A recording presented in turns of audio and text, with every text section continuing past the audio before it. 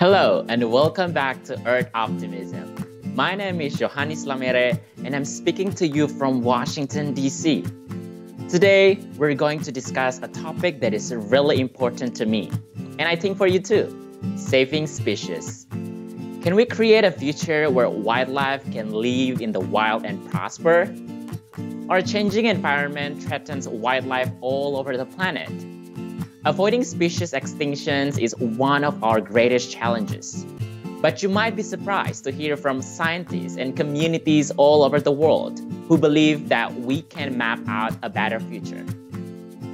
How? Saving species solution starts with basic and applied research. Scientists are getting a better understanding of how wildlife reproduce, what they eat, and how they adapt to their ecosystems. As our knowledge grows, we better understand what were once biological mysteries. We can work together to implement practical solutions and to help rare species survive. We can even return wildlife to their natural homes. Bringing endangered species back from the brink of extinctions, that makes me optimistic. Today, let's start in Panama, where scientists are saving frogs. Then, we'll look to Chad in Africa. For 35 years, the Scimitar horned Oryx, once abundant on the savanna, had gone extinct in the wild. What is the situation today? We are here in the Mamani Valley to do our very first captive bred frog releases. We've never done a captive release before, so the first time you ever do something is a very important step. And we're trying to learn how to put the Lamosa harlequin frog back in the wild. Esta especie para mí tiene un significado especial porque conjuntamente con colaboradores nosotros describimos esta especie y nos parece que al ver esta especie que está en problemas a causa del hongo y que ha estado declinando en ciertas zonas del país. We're releasing 90 frogs in the stream. 16 frogs have radio transmitters on them. It's only recently that these transmitters have been so small that we can fit them on these frogs. To be able to study where they go, how they interact with the environment is an incredible opportunity, and it's just research questions that need to be answered if we want to save these species. Hey Roberto, on this big rock here. You free little guy. First time in real sunlight. Oh, that's awesome. That's amazing. I love the way they walk. So elegant. This is major, and it's like the first release. I can't believe it's happening. It's amazing. It's just it's so amazing. This is the goal we've been working towards for 8 years. It's time to start learning about this disease in the environment. Teníamos que hacer algo. Y por eso es muy significativo lo que estamos haciendo hoy, de liberar ranas de esta especie, Atelopus limosus, ya que quisiéramos volverla a ver y que sea abundante en los lugares donde esta habita o habitado.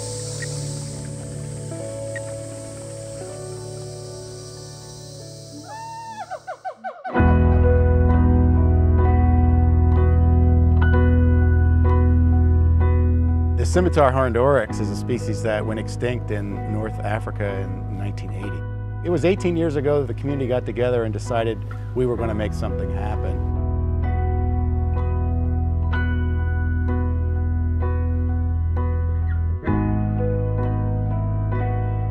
We're in the middle of a program to re-release them back into Chad, into their native habitat. Oryxes have bred well in zoos. They're well represented. So there was a good population to gather from for the released animals. Well, I can tell you when that box opened and the animals ran out, it was one of these few times in my career where I literally spontaneously just was overcome with joy.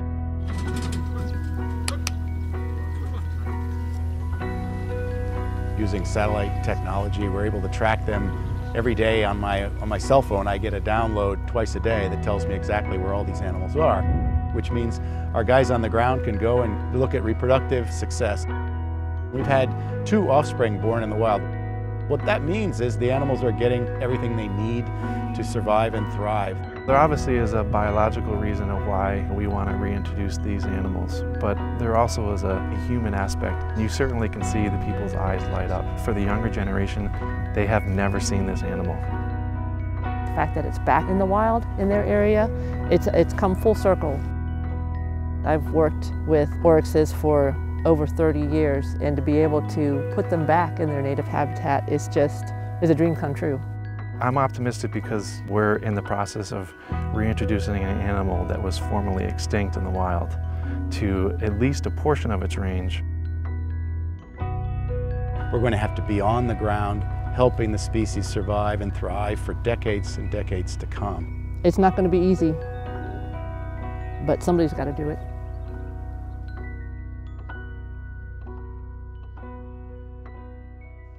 Now let's go look to the American prairie, where Smithsonian scientists are collecting animal selfies.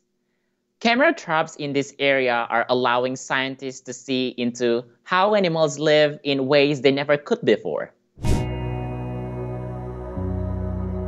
When you drive out here and you see these bison standing on those ridges, it is just the right thing. They belong in this landscape. This is an iconic species.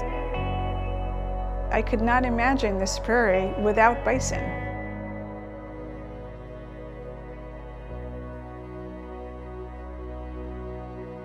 My name is Hina Shamoun. I'm a conservation biologist with Smithsonian Conservation Biology Institute. I work out in American Prairie Reserve trying to understand how bison are engineering this landscape.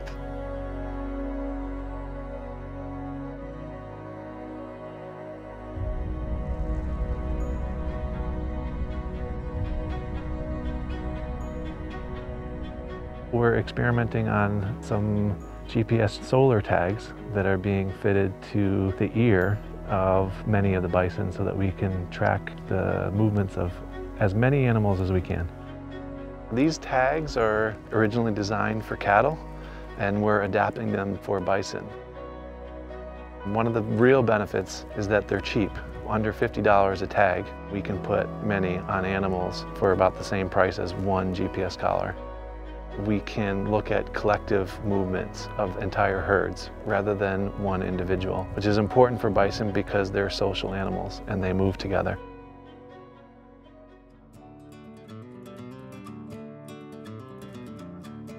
For the last 3 months, we've been baiting bison into a catch pen, slowly getting them used to eating hay, having water available to them. They can come and go as they please. As the dates get closer to where we actually have to handle the bison, we close the gates, and at that point they're captured. This is when we also do other work like put ear tags on and disease testing.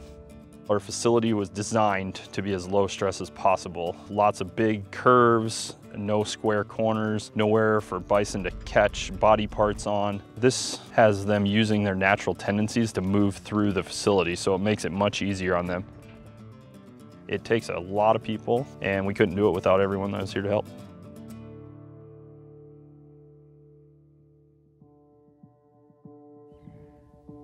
Each day in a holding pen, we'll split off a group of 5 to 10 bison. They go through the hub where they are moved forward one at a time. And then they are at the single chutes where the bison walk into. There's not a lot of room in there for them, so they can't injure themselves. We want to make sure they stay as calm as possible. We move them up to the squeeze chute. The squeeze chute is a hydraulic chute that captures the bison by putting pressure on its body and holds its head in place. This is where we put out GPS tags and take the disease samples. Once this is all done, the bison is let go and get them back with the herd as quickly as possible.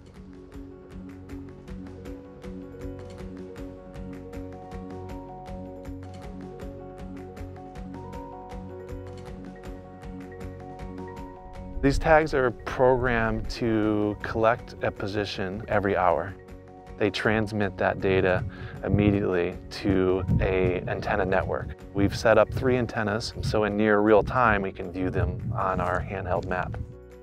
The GPS ear tag research project that we're partnering with Smithsonian on has the potential to move bison research forward. This is because it's a very low-cost way of getting data from bison. And it also has management implications. We can real time see where these bison are on the landscape, and it can improve our reaction time to if there is something, whether a flood or a disaster. We know where they are, when they left, and we can go find them much easier if we need to.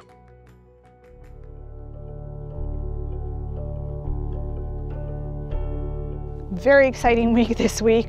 We've tagged 89 individuals. We took blood samples. We'll know the kinship, we'll know the interactions, the relationships between them. I am super excited. This is cutting edge science. This is the first time something like this has been done.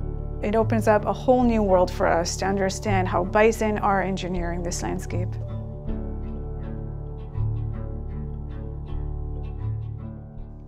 Now let's go look to the American prairie, where Smithsonian scientists are collecting animal selfies. Camera traps in this area are allowing scientists to see into how animals live in ways they never could before.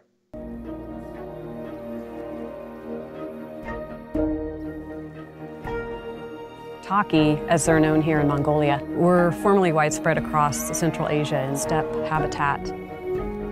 However, changing landscapes, increasing agriculture and livestock, hunting pressures drove them to extinction by the end of 1969. This park is here because of the Taki. This was founded for returning the Taki to the wild. The Smithsonian Conservation Biology Institute has been working to develop science-based strategies to help strengthen and expand Taki populations, both here in the Hustai Nauru National Park as well as in the Kalamaile Nature Reserve in China. They were facing a lot of challenges, and they reached out to us to get involved in satellite tracking the horses, which is a great way to be able to learn quickly about their ecology, what their habitat needs are, how they're moving. Hustai National Park is a hot spot for biodiversity in Mongolia. Taki population is growing. Now there are 330 horses. At the same time, their other wildlife also is increasing. For example, more than 800 red deer in the park, as well as 400 Mongolian gazelles. These are all large mammals, they coexist in the same area. So it's really important to know how the different species coexist in the same region at the same time all together. Hustai National Park staff are doing really good job in collecting long-term monitoring data. Understanding the movement ecology of different species is very important for conservation management in the future.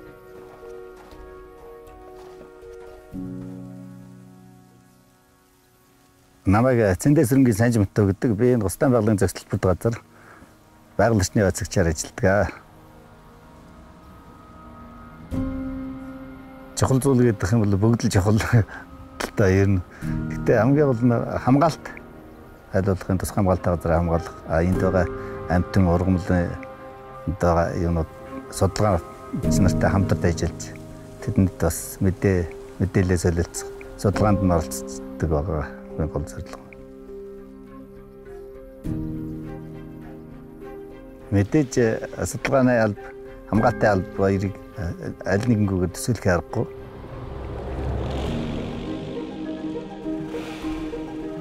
The staff here in Hustai, they're interested in if there are actions they can take to expand the horses' use of the park.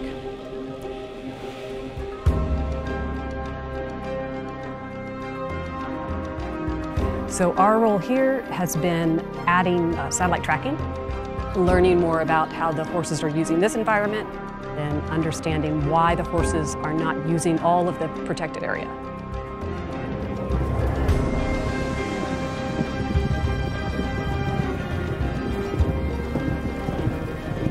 Smithsonian and the Minnesota Zoo are working to track the horses. Senckenberg University is tracking the Mongolian gazelles and are planning soon to be tracking the red deer.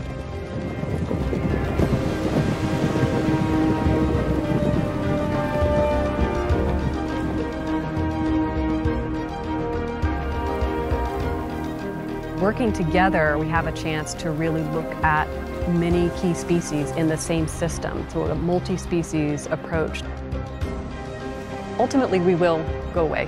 It's very important that people here are invested and have the capacity and the passion and inspiration to keep things going into the future. It's not that it's just about impacting and saving this species. It's about protecting this ecosystem and restoring the biodiversity of the system.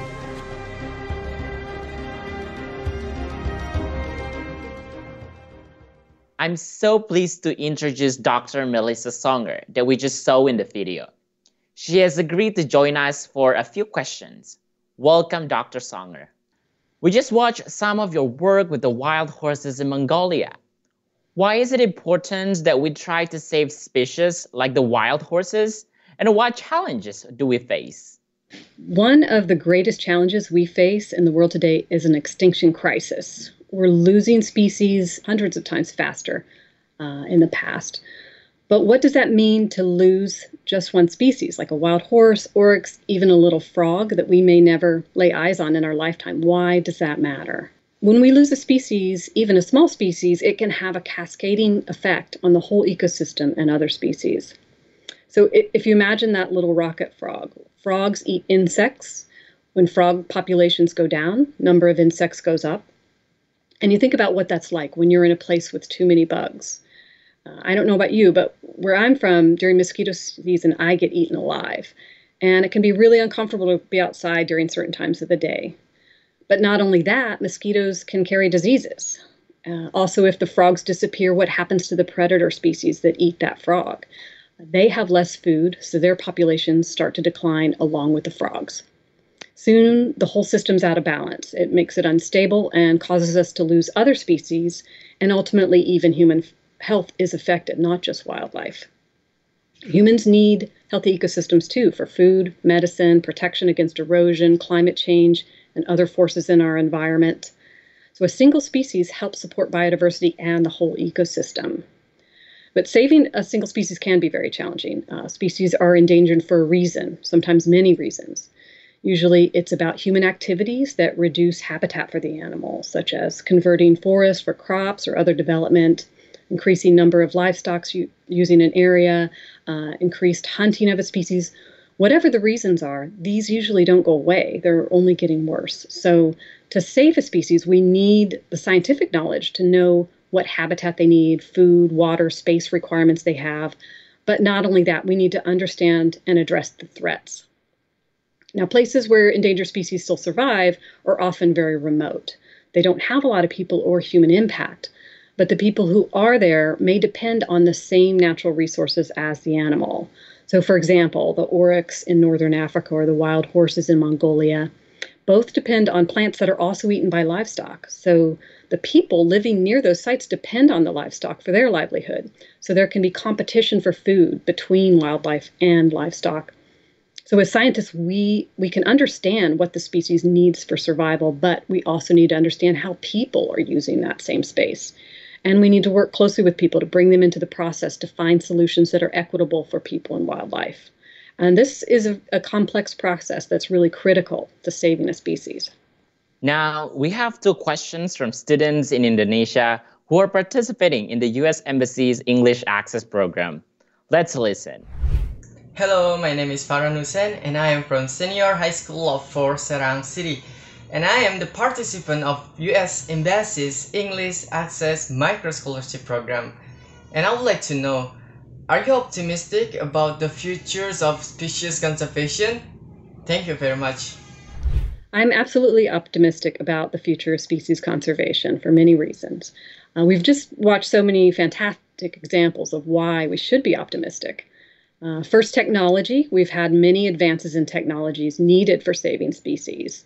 This includes DNA analysis to assess health and diversity of a population, study and testing for diseases that can affect people and wildlife, lead to drastic declines in their populations.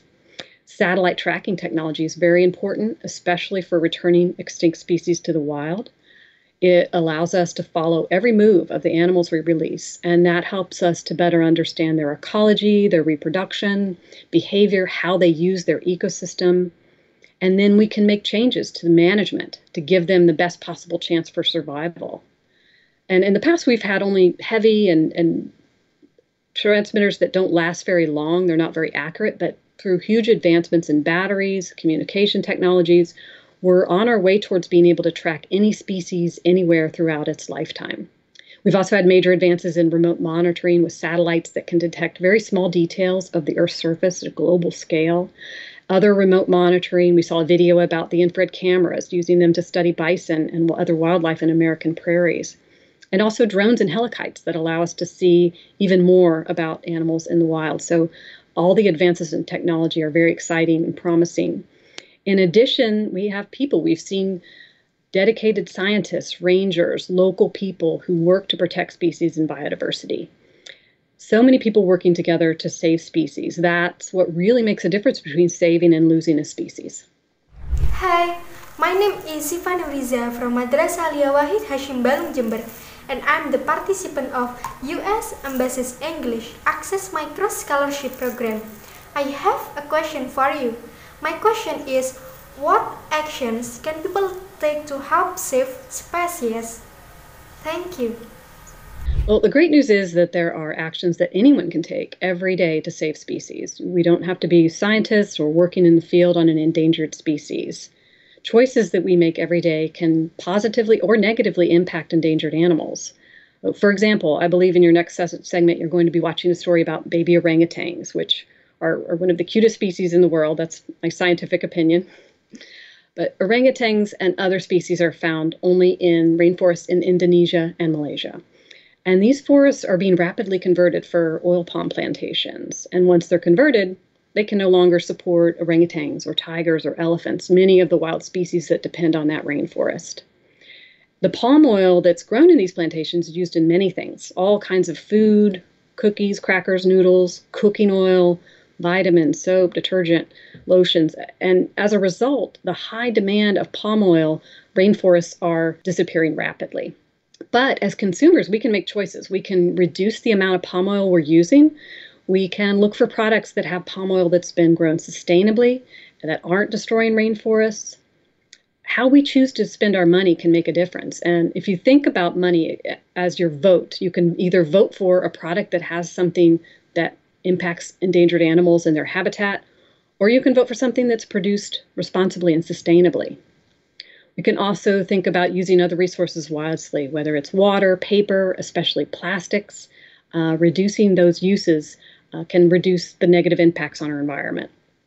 We can also choose more sustainable ways of travel, walking, riding bikes, using public transport instead of individual vehicles.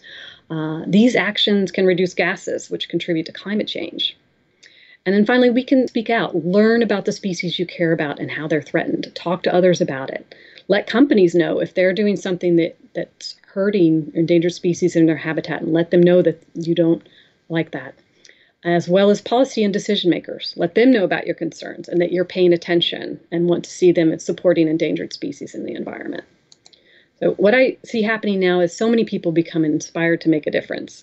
And that makes me hopeful and optimistic about the future of species conservation and our world.